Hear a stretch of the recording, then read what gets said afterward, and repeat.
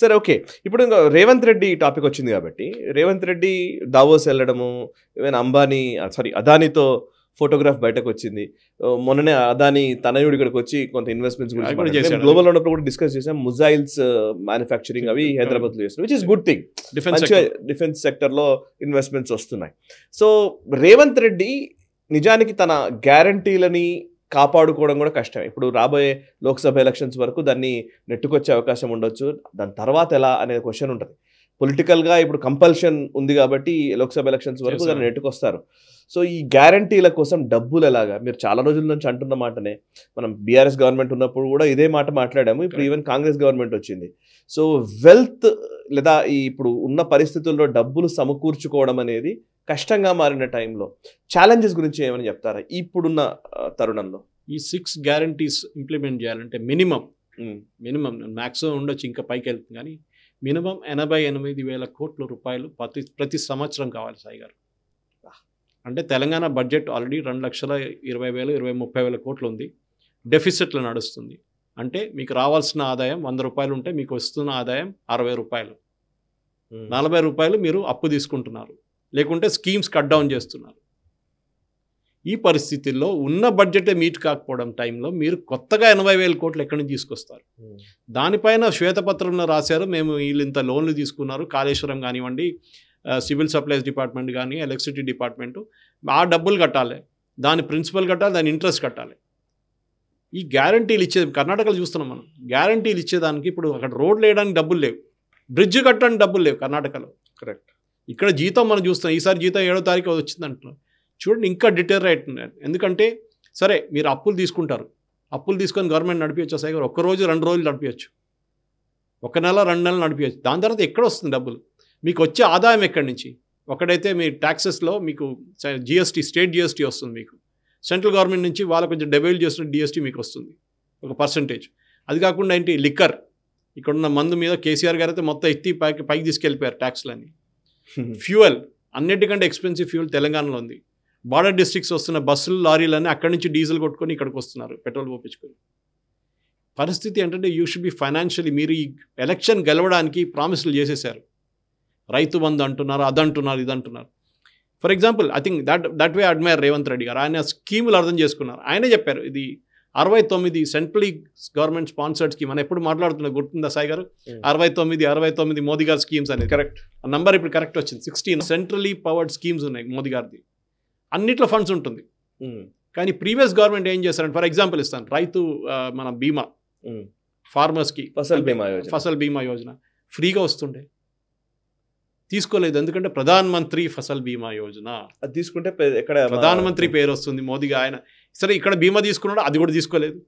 So వరదలు వచ్చినా కానీ, నీళ్ళు లేకుండా పోయినా కానీ మొత్తం పొలం ఏముండదు రైతులకి. ఇన్సూరెన్స్ లేదు, 2018 నుంచి ఇన్సూరెన్స్ ప్రీమియం కట్టలేదు అప్పుడున్న బీఆర్ఎస్ గవర్నమెంట్. సో ఇప్పుడు రేవంత్ రెడ్డి గారికి ఇప్పుడు సెంట్రల్ గవర్నమెంట్ నుంచి ప్రతి స్కీమ్ తీసుకురావాల్సి వస్తుంది. ప్రతి స్కీమ్, మన ఇది తీసుకున్నాం, మన జల్ జీవన్ మిషన్ తీసుకుందాం సాయి గారు. ఇక్కడ వీళ్ళు పెద్ద దాన్ని బట్టి మిషన్ భగీరథ అని కట్టారు, లోన్లు తీసుకొని. ఆ బ్యాంక్ ఏం చెప్పారంటే, మేము ఇక్కడి నుంచి ఒక్కొక్క చుక్క నీళ్ళు కూడా మేము బిల్ వేసి పైసలు తెచ్చుకుంటామని చెప్పేసి. ఒక చుక్క నీళ్ళు లేదు, పైసలు లేవు. ఇదే జల్ జీవన్ మిషన్ తీసుకుంటే గ్రాంట్గా వస్తున్నాయి మీకు ఆ డబ్బులు. రిటర్న్ ఇచ్చేశారు బీఆర్ఎస్ గవర్నమెంట్, మాకు వద్దు అని చెప్పి. ఎందుకంటే అది మిషన్ భగీరథ అని చెప్పలేము అప్పుడు, అది జల్ జీవన్ మిషన్ అయిపోతుంది. మోదీ గారు ఫోటో రావచ్చు బహుశా దాంట్లో, ఎక్కడైనా ట్యాప్ దగ్గరనో ట్యాంక్ దగ్గరనో, అది రాకూడదు కదా ఇది. So you should be smart to realise that ఇన్ని స్కీమ్లు ఉన్నాయి. సో రేవంత్ రెడ్డి దాన్ని ఐ థింక్ మీరు చూస్తున్నారు డైలీ ఆల్మోస్ట్. ఇక్కడున్న వారంలో 2 రోజులు ఆయన పాపం సోనియా గాంధీని కలవడానికి వెళ్తున్నారు, రాహుల్ గాంధీని కలవడానికి వెళ్తున్నారు. కానీ అదే పాటు 2-3 యూనియన్ మినిస్టర్స్ని కలిసి, హైవే మినిస్ట్రీ కానివ్వండి, జల్ జీవన్ మిషన్ గజేంద్ర సింగ్ షేకావత్ కానివ్వండి, మిగతా మినిస్టర్స్ కలుస్తున్నారు. మాకు వచ్చే స్కీమ్లు మాకు డబ్బులు రాలేదు, మా లాస్ట్ టైం మేము తీసుకుంటాం. వాళ్ళకి ప్రాబ్లం లేదు, కొన్ని ఇష్యూస్ ఉండొచ్చు. ఫర్ ఎగ్జాంపుల్ రూల్ ఏంటంటే సాయి గారు, సెంట్రల్ గవర్నమెంట్ రిలీజ్ చేసే ఫండ్స్ ఏ స్కీమ్ కింద అయినా, ఏ పేరు మీద ఉండని కానీ, పార్లమెంట్ బడ్జెట్లో అప్రూవ్ చేసిన స్కీమ్ అది, దాని పేరు మార్చలేరు మీరు. 2 బెడ్రూమ్ హౌసెస్ అంటే 2 బెడ్రూమ్ హౌసెస్, ప్రధాన్ మంత్రి ఆవాస్ యోజన, దాని ఇంద్రమ్మ ఇల్లు అని చెప్పలేము మీరు. ఇంద్రమ్మ ఇల్లు అని చెప్పగానే సెంట్రల్ గవర్నమెంట్ ఫండ్స్ డినై చేస్తుంది. ఎందుకంటే పార్లమెంట్ లా వైలేట్ చేస్తున్నారు మీరు, బడ్జెట్ లా వైలేట్ చేస్తున్నారు, ఫైనాన్స్ బిల్ వైలేట్ చేస్తున్నారు. ఇదే ప్రాబ్లం ఉండే కేసీఆర్కి ఇక్కడ. ఈ ప్రాబ్లమ్ కేసీఆర్కి ఏమిటంటే మోస్ట్ ఆఫ్ ద స్కీమ్, కొన్ని స్కీమ్లు అటల్ బిహారీ వాజ్పేయి గారి పేరుండే, కొన్ని దీన్ దయాళ్ ఉపాధ్యాయ గారి పేరుండే, సరే దానైనా మనం ఓకే అని చెప్పొచ్చు. మిగతా ప్రధానమంత్రి అంటే మోదీ గారి పేరు కాదు కదా అక్కడ పెట్టింది. దీనికన్నా ముందు మనం చూసాం కాంగ్రెస్ వాళ్ళనప్పుడు విపరీతమైన స్టేడియం నుంచి, రోడ్ల నుంచి, ఎయిర్పోర్ట్లు అన్నీ వాళ్ళ ఫ్యామిలీ పేరు మీద ఉంది. 63 ఇన్స్టిట్యూషన్స్, 63 స్టేడియాలు, మిగతా అన్నీ కలిపి ఇందిరాగాంధీ పేరు మీద ఉంది, రాజీవ్ గాంధీ పేరు మీద ఉంది, సంజయ్ గాంధీ గారి పేరు మీద ఉంది. ఆలోచించండి. ఇప్పుడు రావాల్సింది ప్రియాంక గాంధీ, ఇంకా రాబర్ట్ వాద్రా, వాళ్ళ పేరు కూడా మొదలవుతుంది ఏమైనా. సో పేరు పెట్టడంలో ఏముంది? So Revanth Reddy should be smart enough to realise డబ్బులు ఉన్నాయి, ఒక్కొక్క స్కీమ్కి ఉన్నాయి. ఇప్పుడు ప్రెసెంట్ ఇప్పుడు 6,000 రూపాయలు వస్తుంది, 6,000 కోట్ల రూపాయలు వస్తుంది అంతే సెంట్రల్ గవర్నమెంట్ స్కీమ్ నుంచి. ఓకే, ఇది ఈజీగా పెంచుకోవచ్చు, ఇంకొక 8,000 కోట్లు రావచ్చు, 16,000 అంటే 8 + 6 14, 14,000 కోట్లు మీకు ఈజీగా వచ్చేస్తుంది, ఈ సంవత్సరమే వచ్చేస్తుంది. కానీ మీరు తెచ్చుకోవాలి అది.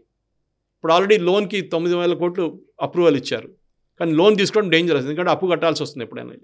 మీరు అక్కడ ఉన్న స్కీమ్లు, సెంట్రల్ గవర్నమెంట్ దగ్గర ఉన్న 69 స్కీమ్లలో మీరు అక్కడ వెళ్ళి కొట్లాడడం అని చెప్పట్లేదు నేను, మీరు అక్కడ వెళ్ళి మీ ప్రజెంటేషన్ ఇచ్చి మీ ఫిగర్స్ తెచ్చుకున్న తర్వాత ఆడిట్ చేసి దానికి సెంట్రల్ గవర్నమెంట్ పంపిస్తే వాళ్ళు మళ్ళీ మీకు డబ్బులు ఇస్తారు. మీరు నేను ఆడిట్ చేయని చెప్పి కేరళలో జరిగిన పరిస్థితి లాగా డబ్బులు తీసుకున్నారు, ఆడిట్ చేయలేదు. 6 సంవత్సరాల నుంచి ఆడిట్ చేయట్లేదు కేరళలో కొన్ని స్కీమ్స్, ఇవ్వట్లేదు, డబ్బులు బంద్ చేసేసారు. ఇప్పుడు సుప్రీంకోర్టుకి వెళ్ళారు, ఇప్పుడు మాకు కేంద్ర గవర్నమెంట్ మాకు డబ్బులు ఇవ్వట్లేదని చెప్పి. ఎందుకు ఇవ్వాలండి? మీరు ఆడిట్ చేయకపోతే ఆ డబ్బులు ఎక్కడ ఖర్చు పెట్టారు తెలియదు కదా. ఇది problem. So Revanth Reddy is doing a smart move. ఆయన పాప ఎన్ని రోజులు ఉంటాడో లేదో తెలియదు, కానీ ఇదంతా రాహుల్ గాంధీకి నచ్చదు. ఆబ్వియస్లీ అదానికి వెళ్ళాడు, అదొకటి. ఇది ఇప్పుడు ఇట్లాంటి మోదీ దగ్గర వెళ్ళి స్కీములు తీసుకురావడం, ప్రధానమంత్రి పేరు పెట్టడం అంతా చూస్తే బహుశా పాపం Revanth Reddy will have a tough time ఇంకా ముందుకెళ్తుంది. జాతీయవాద జర్నలిజానికి అసలైన వేదిక నేషనలిస్ట్ హబ్ ని సబ్స్క్రైబ్ చేసుకోండి.